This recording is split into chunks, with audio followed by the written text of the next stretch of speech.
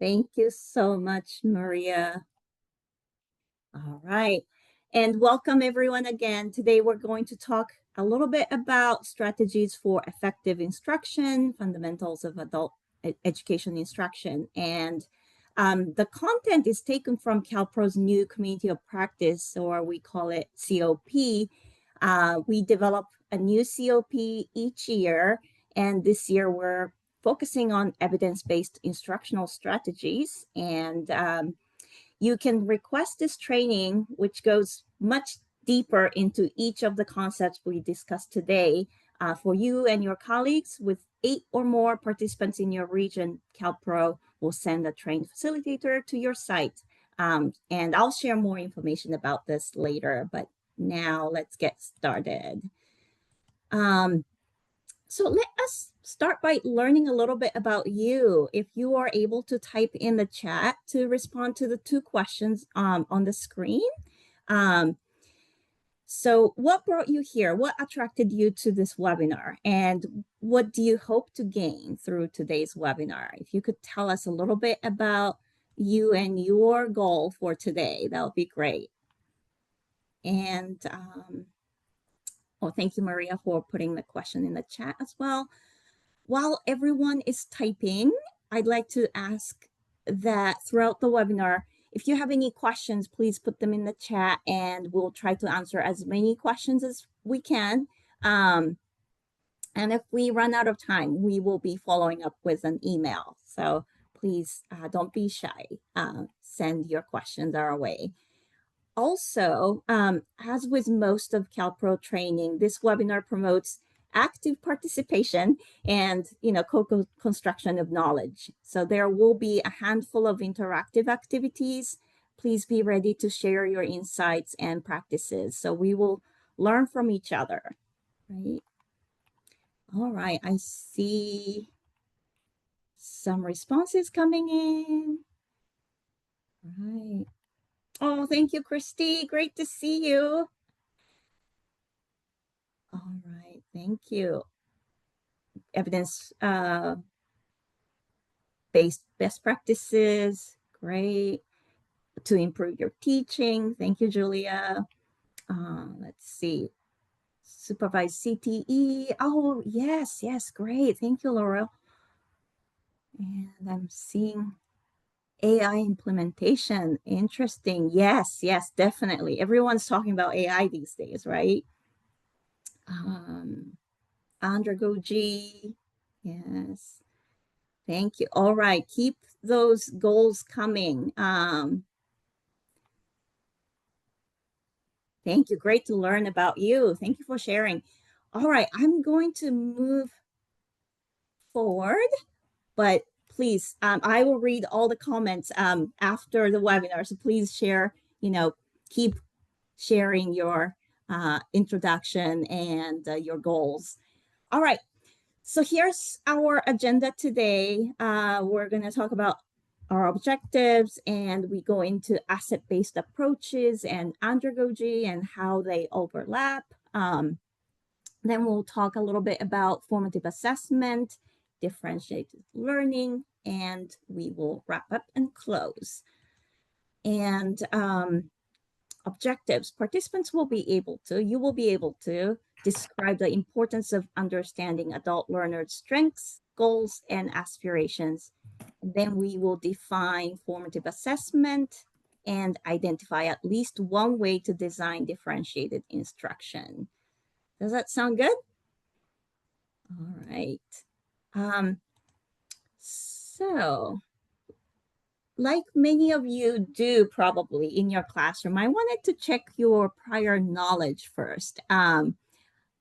So in the moment, I think a Zoom poll will pop up, and please, in the poll, respond on a scale of 0 to 5. In person, we will do it with like fist to 5, but today we're online, so we will do this poll. And how familiar are you with the following concepts?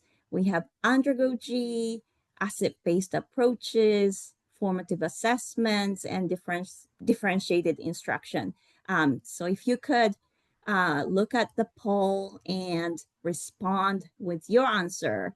So 0 is like, I have never heard of this concept.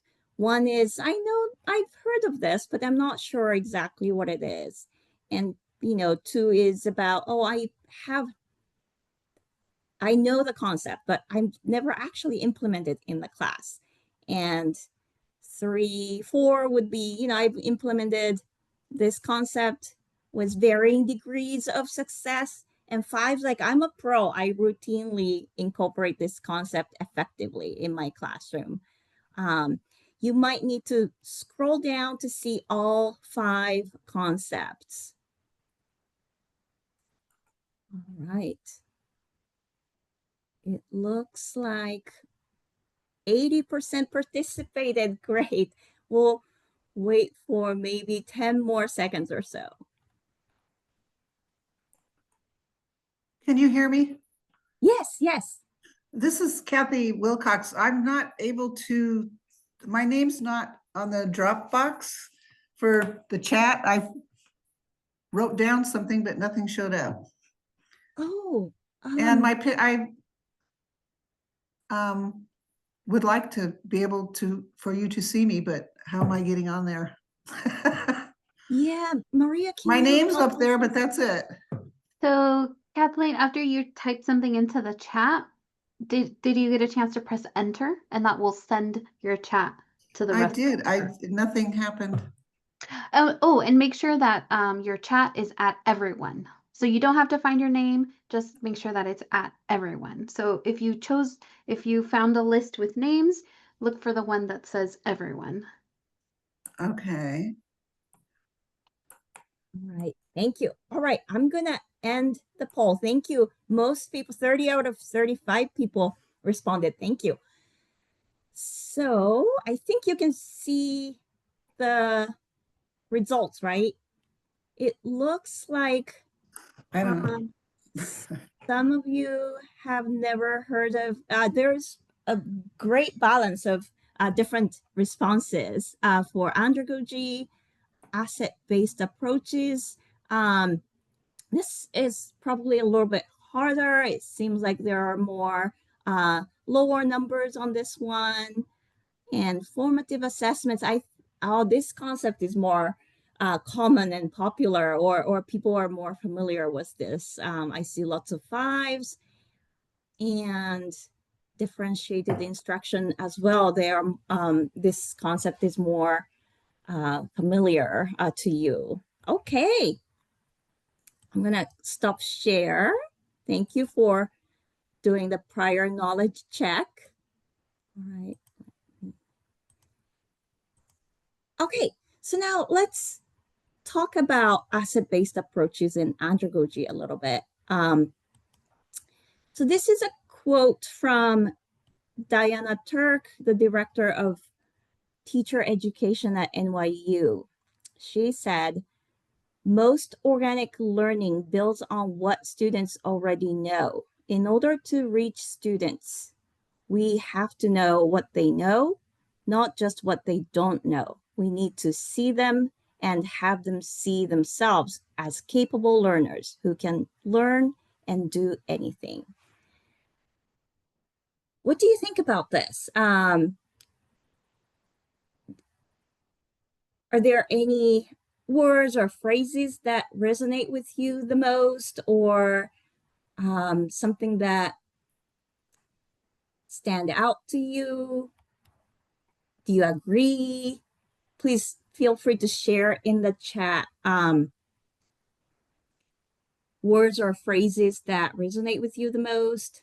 Capable learners, asset-based is schema. It's also about, yes, what they know and building on it. Yeah.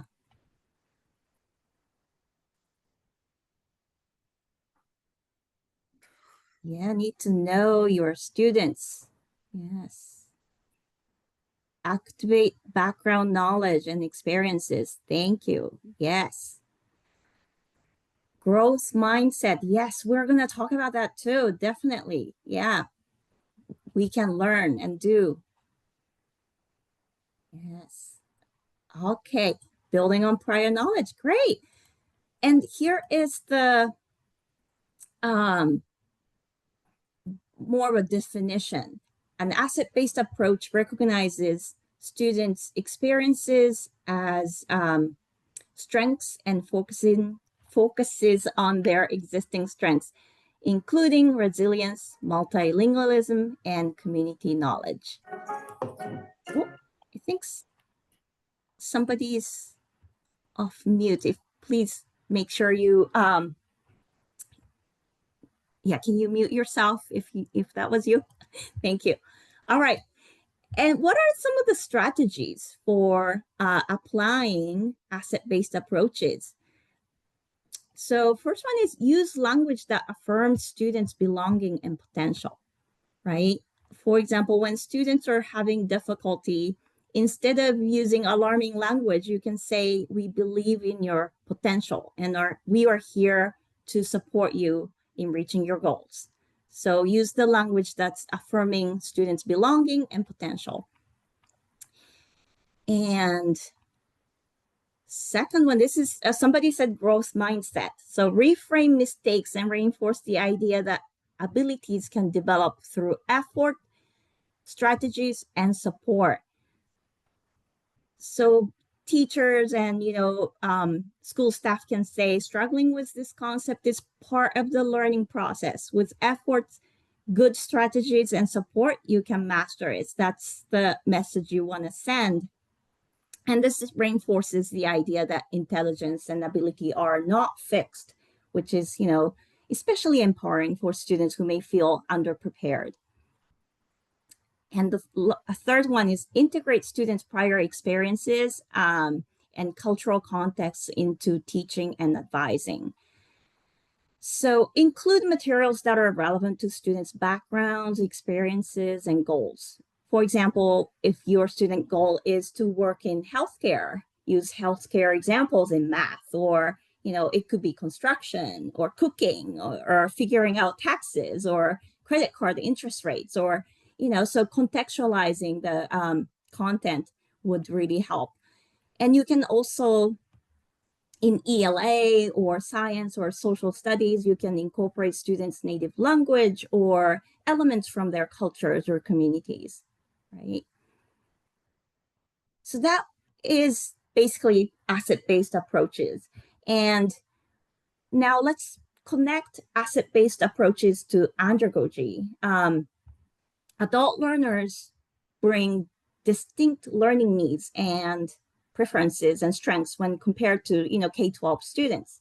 And it's critical for adult educators to incorporate adult learning theory or andragogy into their teaching to be effective. And so what is adult learning theory or andragogy? If you probably heard of this name, but Malcolm Knowles developed the adult learning theory and proposed a few key points.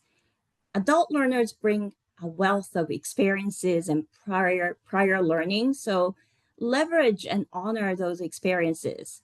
One of the characteristics of asset-based approaches, right?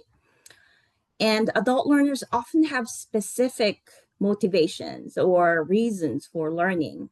Oftentimes those are related to career development or personal growth. So connect your lesson of objectives to job satisfaction or elevated self-esteem and quality of life. Then adult learners tend to appreciate learning that has practical applications connected to their lives and goals. Adult learners often prefer learning that's problem-oriented rather than content-oriented. So contextualize your instruction and explicitly connect the lesson content to student goals. They're more successful when they are intrinsically motivated. So, leverage that and include goal setting and progress monitoring activities in your class if you can. And finally, adult learners tend to be more self-directed and appreciate the autonomy in their learning and planning and evaluation of their own learning. So do these points resonate with you? Do they apply to your students? you think? Okay. Yeah, I'm seeing some chats. Tend to forget how important students' needs assessments are. Yes, the needs assessments is great. Yeah. All right. So now it's a chat activity. What opportunities do you provide for students to demonstrate their learning in ways that reflect their strengths? Sort of connecting back to asset-based approaches. If you can put in the chat, what do you do or do you hope to do to provide opportunities for students to demonstrate their learning in ways that, you know, leverage and reflect their strengths?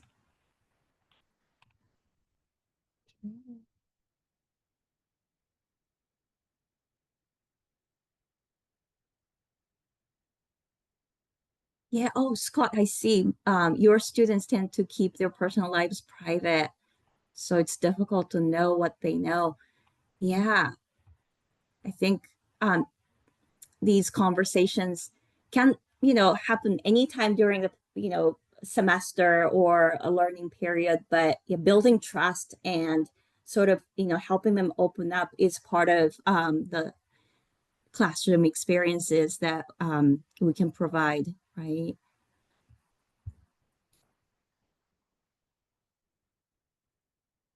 Yeah, I think definitely, you know, relationship building is part of it. And some people might never, you know, open up.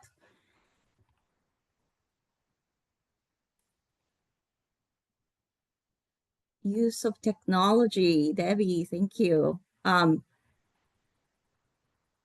Canvas discussions. Yeah, great. Let's see. Assignment choices. I have some interesting, yeah, technology wise, what kind of activities do you do in technology? And then assignment choices. We're gonna talk about that in differentiation section, but giving choices is great, right? Multiple options. Yeah. Pair them or in working groups or pairs. Provide a range of learning opportunities. Yeah, we're talking about differentiation. Yeah, good, good. Oh, 101 check. That's great. Yeah, Daniel, that's a great idea. Choice boards. I like that, Suzanne. Thank you. Okay, I should probably move on that. There's a lot of great information here. So I hope everyone reads other participants, you know, ideas here as well. All right, so let's move on to understanding student goals. Like we've been talking about, understanding students' goals is key to effective and relevant learning for adults, right? Like we need to know where they want to go. And when we know more about our students' goals and motivations, we can design lessons that better support them in achieving their personal goals. So understanding students' goals can help our instruction meets students' needs and build relevant skills that they're looking for.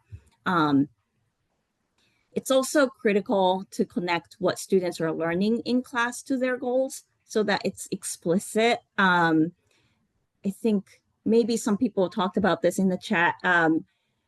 Adults are busy, so we want the connection between what you're learning in class and your goals to be tightly connected, and that's explicit. All right.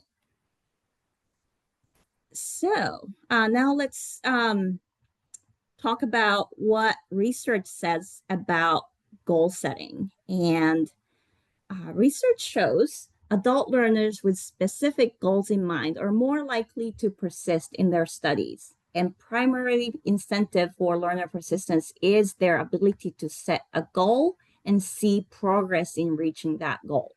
So I think we talked a little bit about tracking their progress and having students, see their progress. That's super important.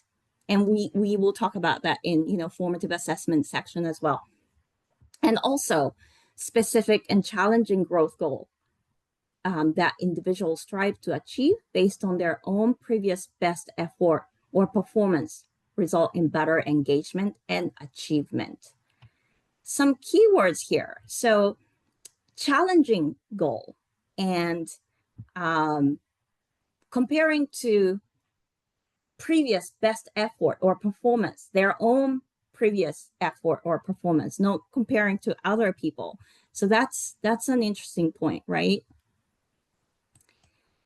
And also, how goals are set can also affect the effectiveness of goal setting. And this study was about behavioral change, like, the attendance patterns or study habits, but there are certain aspects that apply to, goal setting in general.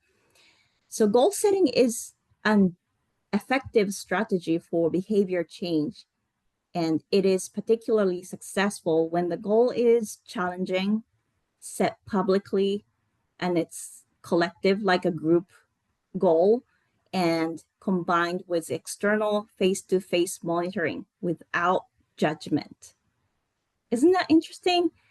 So first, set publicly, and that's an interesting. I don't know if you set goals with students and then post your students' goals in the classroom or in Canvas shell, but that's an interesting thing to kind of think about. And having a collective goal as a class, we want to achieve this. Not sure, like 80% of the students will show up 80% of the time, or we used to have a pizza party when we achieved a class goal after a learning period or something like that. So that is something that you could think about when it comes to setting a collective goal. And combined with external face-to-face monitoring without judgment. That's interesting, right? And something that comes to mind is having like an accountability buddy in class to call each other when they are missing from class, or when they have to be absent, making sure that somebody cares about you and your goal. I think that can go a long way as well. All right. So now it's your turn. What are some takeaways from what we talked about in terms of research findings and things? And based on your takeaways, how might you change or continue the way you set goals with your students? If you can share some of your goal setting ideas or something that you want to try, share in the chat.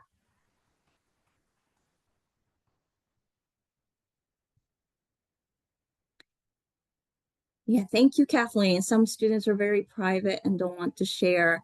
I can totally see that. Yeah. And especially, with the challenging climate we are in right now, any information, students share is very precious. Like, we are in a little bit scary time. So some students might want to, keep things private, and we need to respect that as well.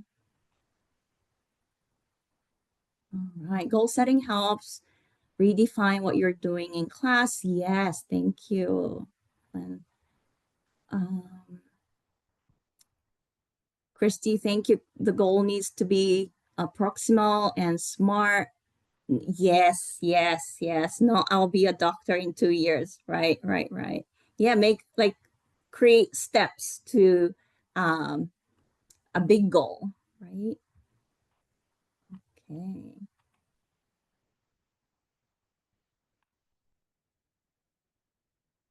All right,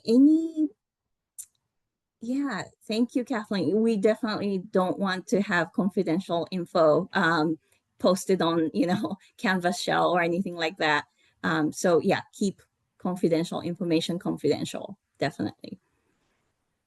All right, and one more. Jane says, this motivates me to meet with students later in the semester to check in and check in with them on their progress. That's great. That's great. Yeah. Goals that are obtainable. Yeah. Okay. Thank you everyone for sharing.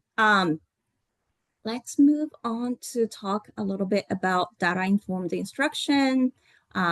It's about formative assessment. I think this concept was, people were more familiar with this concept, but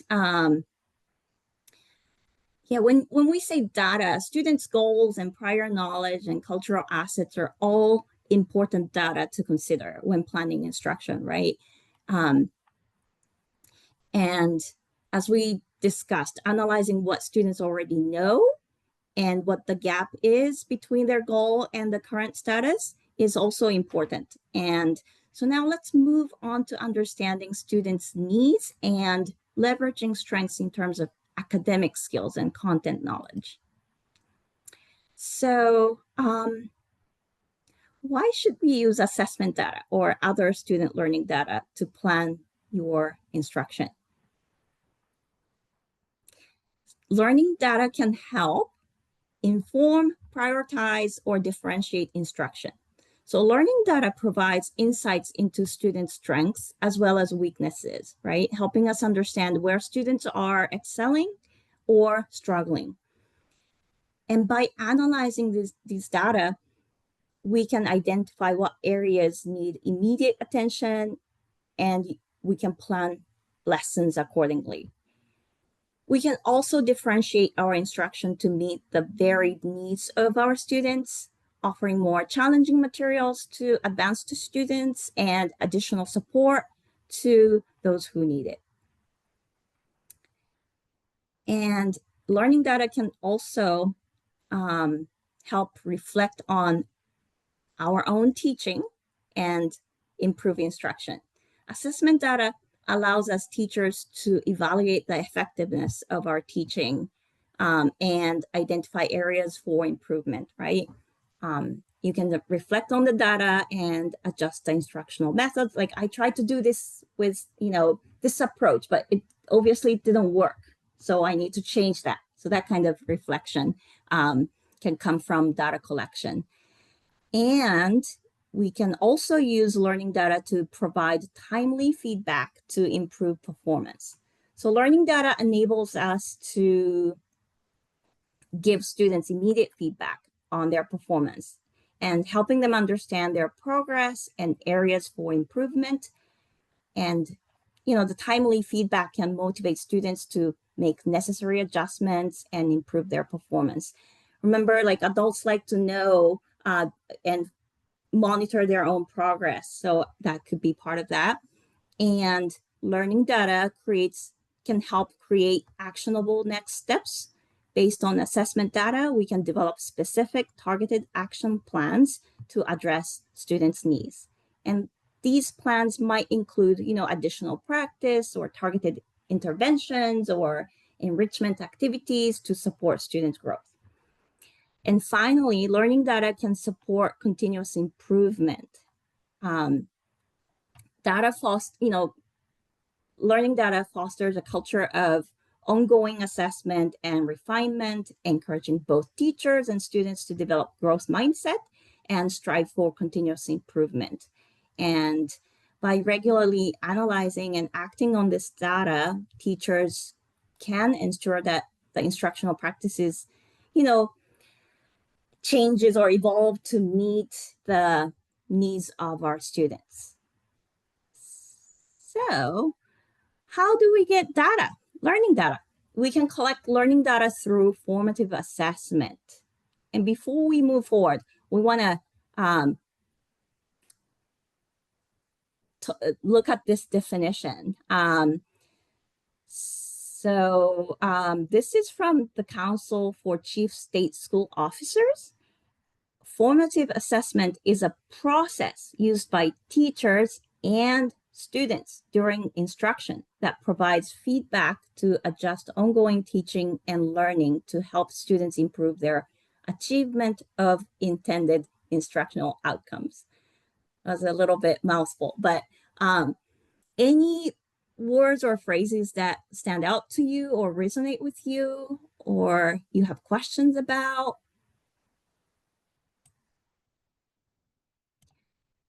So it's for, the important part is it's both for teachers and students, and it's done during instruction. It's not a separate assessment activity. It should be seamlessly incorporated into instruction, right? So it's a little bit different than certain, summative type assessments. And we're gonna compare those two in a minute. So let's take a look at the difference between formative and summative assessment side by side, right? Like we talked about, the goal of formative assessment is to monitor students' learning and provide ongoing feedback. And instructors can, improve their teaching by looking at that. And formative assessments also help students identify their own strengths and weaknesses and target areas that need work, and help teachers recognize where the learning gaps are and address problems, immediately. And formative assessments are generally low stakes. On the other hand, the goal of summative assessment is to evaluate student learning at the end of an instructional period or cycle by comparing it against some, standard or benchmark. And summative assessments are often more high stakes, and examples include a unit exam or final project, final paper, or EL Civics final assessments, or level promotion test or GED exam. So those are summative assessments. But summative assessment data can also be used formatively when students or teacher use it to guide their efforts and activities in the next course or next unit or next step in the learning process. Does that make sense? Okay. All right. I'm going to catch up with the chat in a minute, but I wanted to start this poll again. Now let's check your understanding. So again, fist to 5 poll, like on a scale of 0 to 5. How show your agreement on these 5 statements. Maria, if you can start the poll. Yes, so you might need to scroll down to the bottom to see all 5 statements and rate your level of agreement here. 0 is strongly disagree, and 5 is strongly agree. So between 0 to 5, it's 0 to 5 because we do this in person, fist to 5. So this poll is 0 to 5. If you can rate your agreement level for all these statements, that'll be great.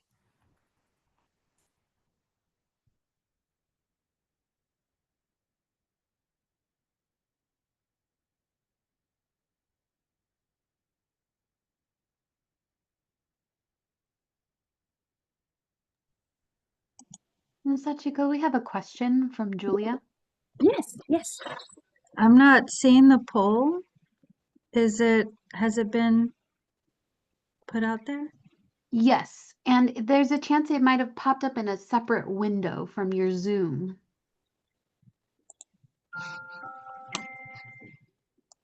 Yeah, if that doesn't pop up for you, feel free to put your response in the chat, 1 to 5, and then you can put 0 to 5, but that will, it will not be anonymous. So, okay. And we have another question from Emily. Yes, yes. Hi, Juggle. I don't know if I missed this, but are we able to have access to your PowerPoint slides? Because I think these are great. So I was just like, I don't know if I missed it when I signed in. Have you said something or? Yeah, thank you. We will be posting this recording on our website, so it will be available. And Maria will follow up with an email. Oh, okay, perfect. Thank you. So the recording will be shared. Yes. All right. I think 72% participated. Let's see. Let's give 10 more seconds and I will share the results with you.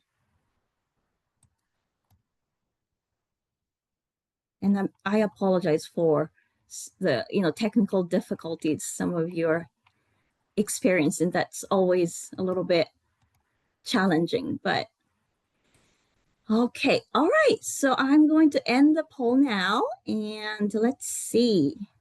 Ooh, I understand formative assessment is formative assessment is and how it differs from summative assessment. Good. Most people are good on that. And number 2 is pretty good as well. How to create effective formative assessments. That's great.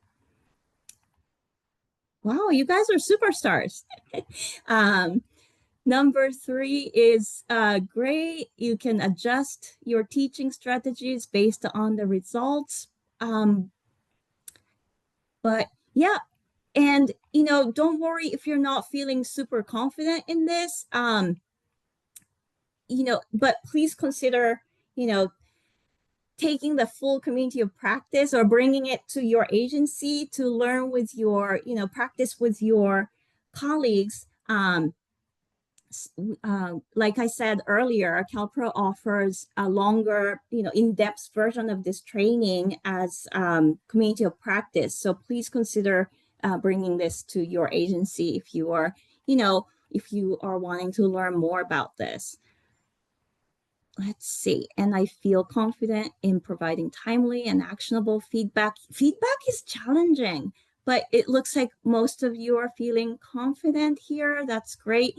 But again, yeah, we offer more training, and I believe we are developing a 1-week course to be ready in spring on formative assessments. So, if you don't have the time to do full-on community of practice, or, it's not, it cannot be, done at your agency or region, please, also keep an eye out for that announcement. We will be offering more training on formative assessments. And we might also do a follow-up webinar after this to focus more on formative assessments. So please keep an eye out for those announcements. All right. And then the last one is a little bit somewhat more challenging for all of you, but some of you are like all fives. That's great. You can use this process for students for their self-reflection. But those are all great goals to have. All right, I'm going to stop share. All right, so that was formative assessment. And then let's recap. And, when developing formative assessments, it's important to align them with, your learning objectives, and so that, students are, measuring students' learning and are aligned with the goals of the course and goals of the students. And using a variety of assessment methods keeps students engaged and provides a more comprehensive picture of their understanding. Feedback, again, is super important.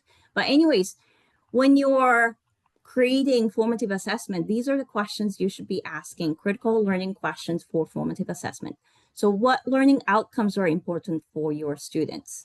And the data sources for this question, include what we have been talking about, like student goals, motivations, prior knowledge, cultural backgrounds, adult education standards, labor market demands, and employability skills, or, could be standardized assessment. If students are going for the GED, exam, then you should also be looking at those standardized assessments too. And you probably also have all curricular expectations for your program as well. So all those things combined, what learning outcomes are important for your students. And then how do you know each student has achieved each of the outcomes? This is where, assessment design comes in. And how do you respond when some students have difficulty achieving certain outcomes? And how do you respond when other students have already achieved them? So those are critical questions when planning formative assessments. Now, this is a great segue into talking about differentiation, right? Like some students did well, others are struggling. What do you do? So differentiated instruction. This means providing, various learning pathways so that all students have the opportunity to meet their goals and high expectations. All right, here are a couple of examples. And for example, you can do task differentiation with scaffolding.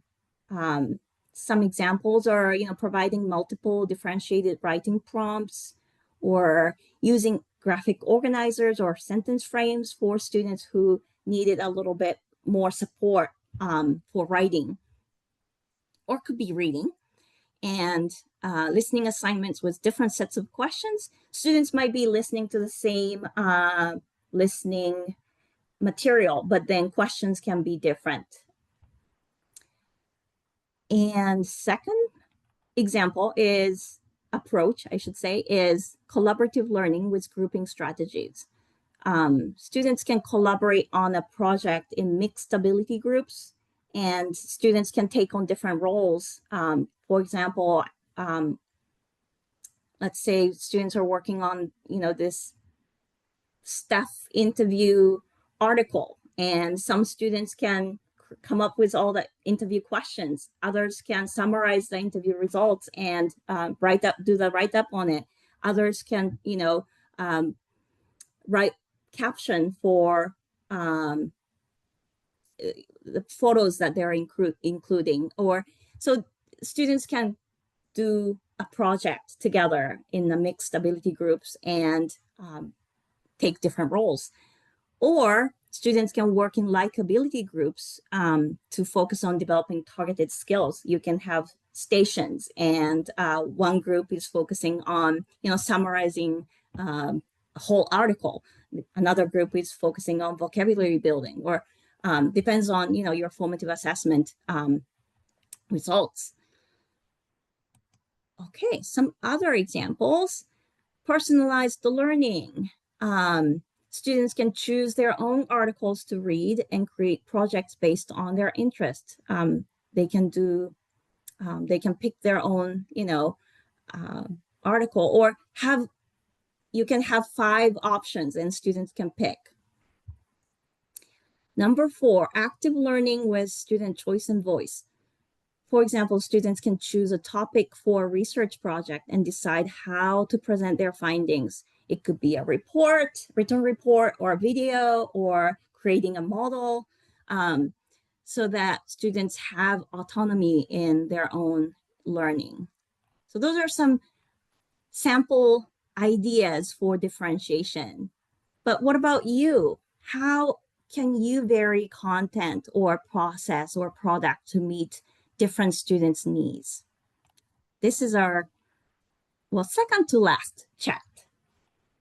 Okay, please share your ideas. How, it could be your examples that you did before, or something that you want to try. Okay, let me see.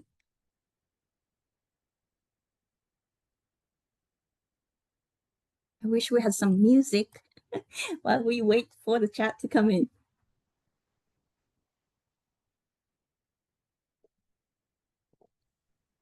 So Chico, Suzanne also posted an interesting comment about AI prior. Oh, okay.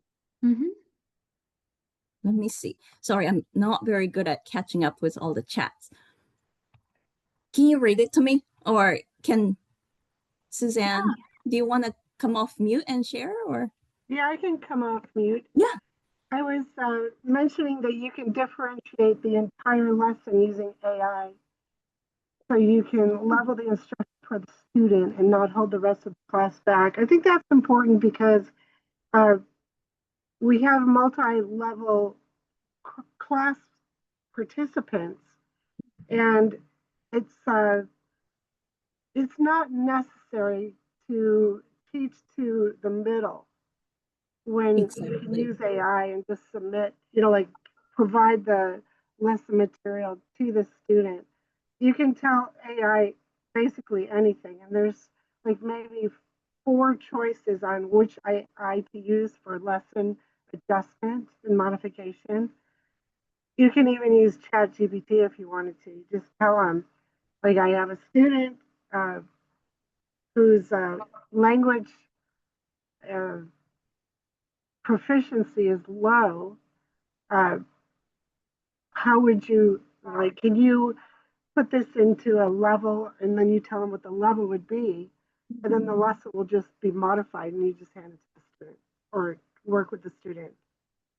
Yeah, thank you, Suzanne, for sharing. Definitely, I think AI can help, lesson planning and, rubric creation, and there are many, great use for that. And yeah, this is like a new area, and I'm glad to hear that, some of you are experimenting with this. And yeah, it's a great tool, I think. And, just be careful with student data, like somebody talked about confidentiality. So yeah, but I think it's great. There are certain things you need to watch out for, but definitely a great tool for differentiation, especially. Yeah.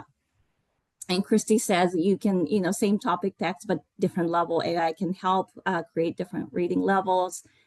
Great.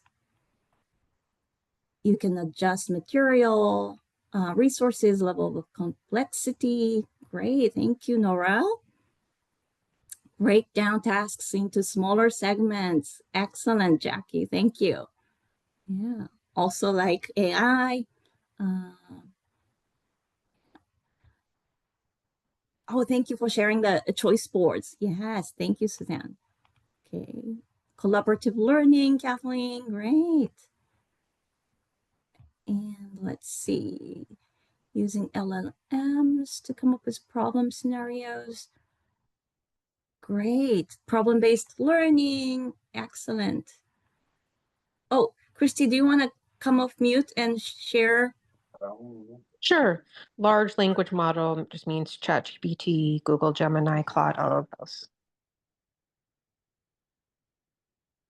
So AI. Yeah. Okay. Great. Great. All right. Well, thank you so much for sharing your ideas here. The true community of practice. We learn from each other, and that's the best way to learn oftentimes. All right. So as I mentioned throughout the webinar, we cover these topics we covered today more in depth and apply these strategies in your classrooms in a new community of practice called Fundamentals of Adult Education Instruction.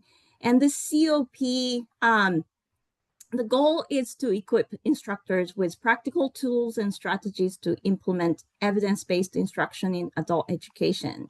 And these are typically, 6-week long blended learning with some, job embedded asynchronous work, meaning like you teach a lesson or plan a formative assessment and come back with the real data. And, typically we have 3-hour in-person sessions at your agency or at your consortium site. But we can adjust, CalPro can adjust the focus and modality and duration depending on, what's available and what works for your agency. So please consider, reaching out to CalPro if you're interested in hosting, in-depth training on this topic.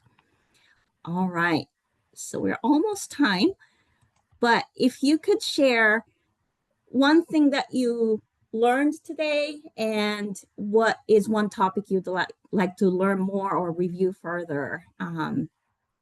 If you can put those two in the chat, that would be great. And while I wait, and the questions are in, the prompts are in the chat, so I'm going to move forward so you can see this QR code. Before you go, please take a couple minutes to share your feedback using the link in the chat or the QR code on the screen.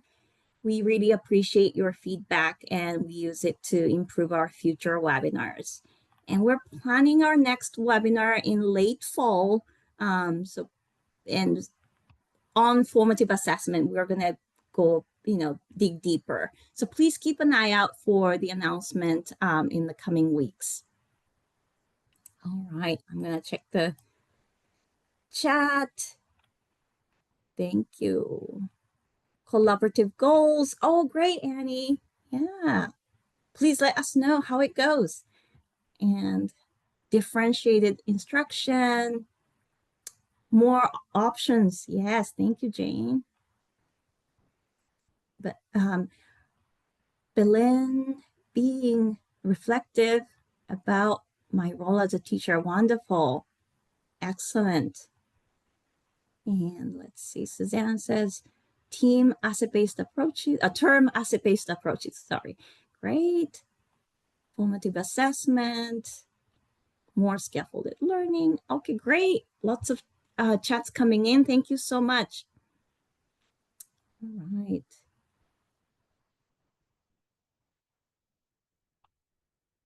Yeah, more easier way to do formative assessment. Great. Additional practice with formative and summative assessment. Great. Right. Yeah, more specifics of asset-based approaches. Great. All right. More on data-informed instruction. Wonderful. Thank you so much for sharing your reflections here. And please don't forget to provide feedback on the link here or scan the QR code.